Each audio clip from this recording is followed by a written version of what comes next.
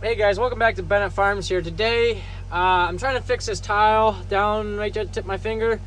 I accidentally, the piece that was sticking in there, going out to the ditch, I accidentally hit when I was digging it. Couldn't quite see it, but it's plastic tile right there, so I don't have to go far. But the problem is the black tile is actually, which is right there, is actually crushed. So instead of being round, kind of semicircle like that, it's actually like this. And that doesn't flow water very good. So I'm gonna dig it back and see how far it's crushed. But I just wanted to show you guys what compaction looks like. And now this is that same excavator that I had, that Komatsu PC130. It's in that 18.5 to 30,000 pound range. I don't know exactly how heavy this thing or how big this thing is to compare it to. But I'm gonna turn this thing up full throttle, and I'm gonna try and bring my stick in and up at the same time. I'm gonna try. I don't know if I'll be able to get this on video for you guys. But this is how bad this ground is compacted. This machine can't even dig through it like it should be able to. So we got full throttle, and so that was up. I'm gonna try and bring my stick in because I know I got more. I don't know if you guys can pick that moving up, but it's barely coming in. I'm gonna try and curl the bucket at the same time. You see all them big chunks breaking up right there? You see how big that chunk is? That's compaction. I'm gonna show you guys. This is what I'm talking about. This is why we need to deep rip all of this ground. I know it's been no-till for 30 years, but your topsoil shouldn't look like this compact. I mean, look at that block. I can't even, there it goes. Right there, it broke off. But I mean, that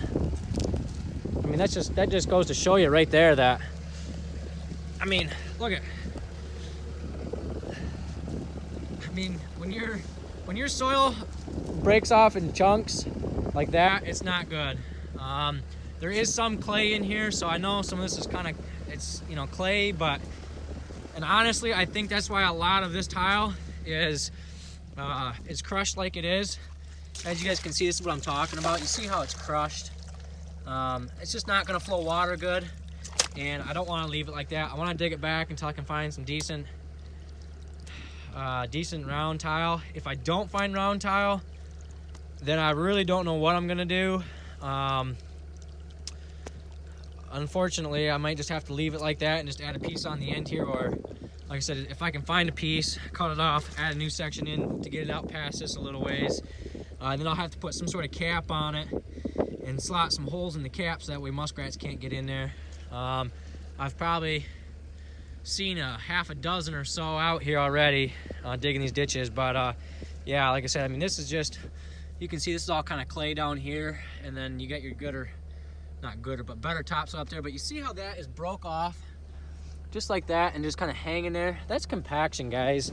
And it's not, you don't want that. This ground's been no-till for 30 years at least, without the ground ever being touched by a digger, any sort of deep bander, anything. And that's from a 4240 John Deere and a 656 International, without duals on them, running a planter every year from the elevator spraying with their John Deere gators or Terra gators, with their floaters.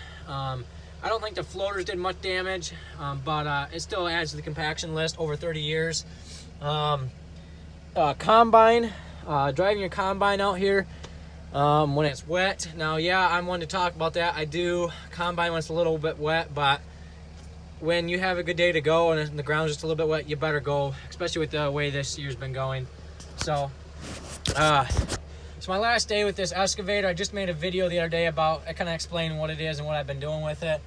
This is one of the ditches that I did here. As you can see, this ditch I burned. This is also, I'll give you an update on that. This is the ditch that I was showing you guys that I burned here. And you can see the grass is growing back beautiful. That's exactly what you want. You get a nice clean ditch bank right there, and you don't get any grass that falls down into the ditch itself.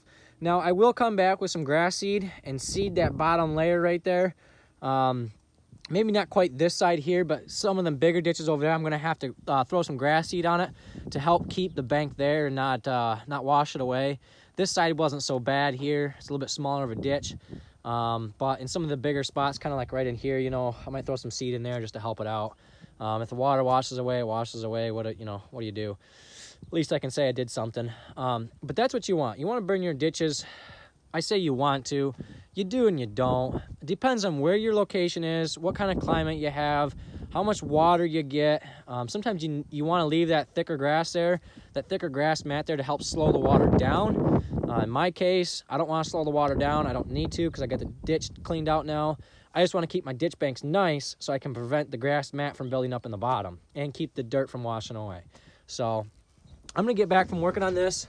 It's just kind of my little bit of a rant on compaction there and what we can do to kind of fight it. I guess I didn't really mention anything like that, but running duals on your tractor, that'll help lessen the compaction. Trying not to be out here when it's muddy.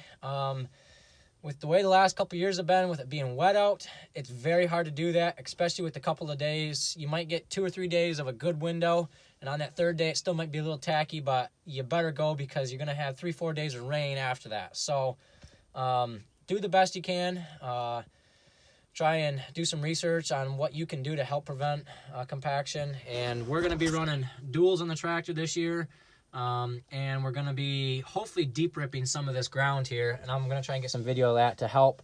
We're going to do like this field I'm in is a 5-acre field, and I want to take, there's 2 of these 5-acre fields like this, and I want to take both of them. I want to rip one and leave one right next and leave one alone, or vice versa, take the 2 5-acre fields and rip 2.5 acres, rip half the field and then rip half the field over there, or do them in rows. Do them in, so we have a 6-row planter, maybe do like 6 rows ripped, skip 6, rip it, or even 12, 12 rows at that.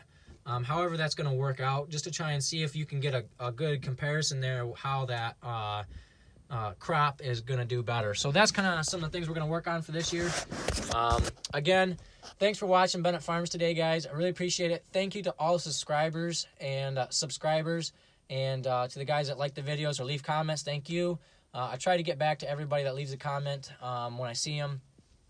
So don't forget to hit that like button. That really helps out my channel and helps other people to see my videos as well. So thank you guys, and have a great day.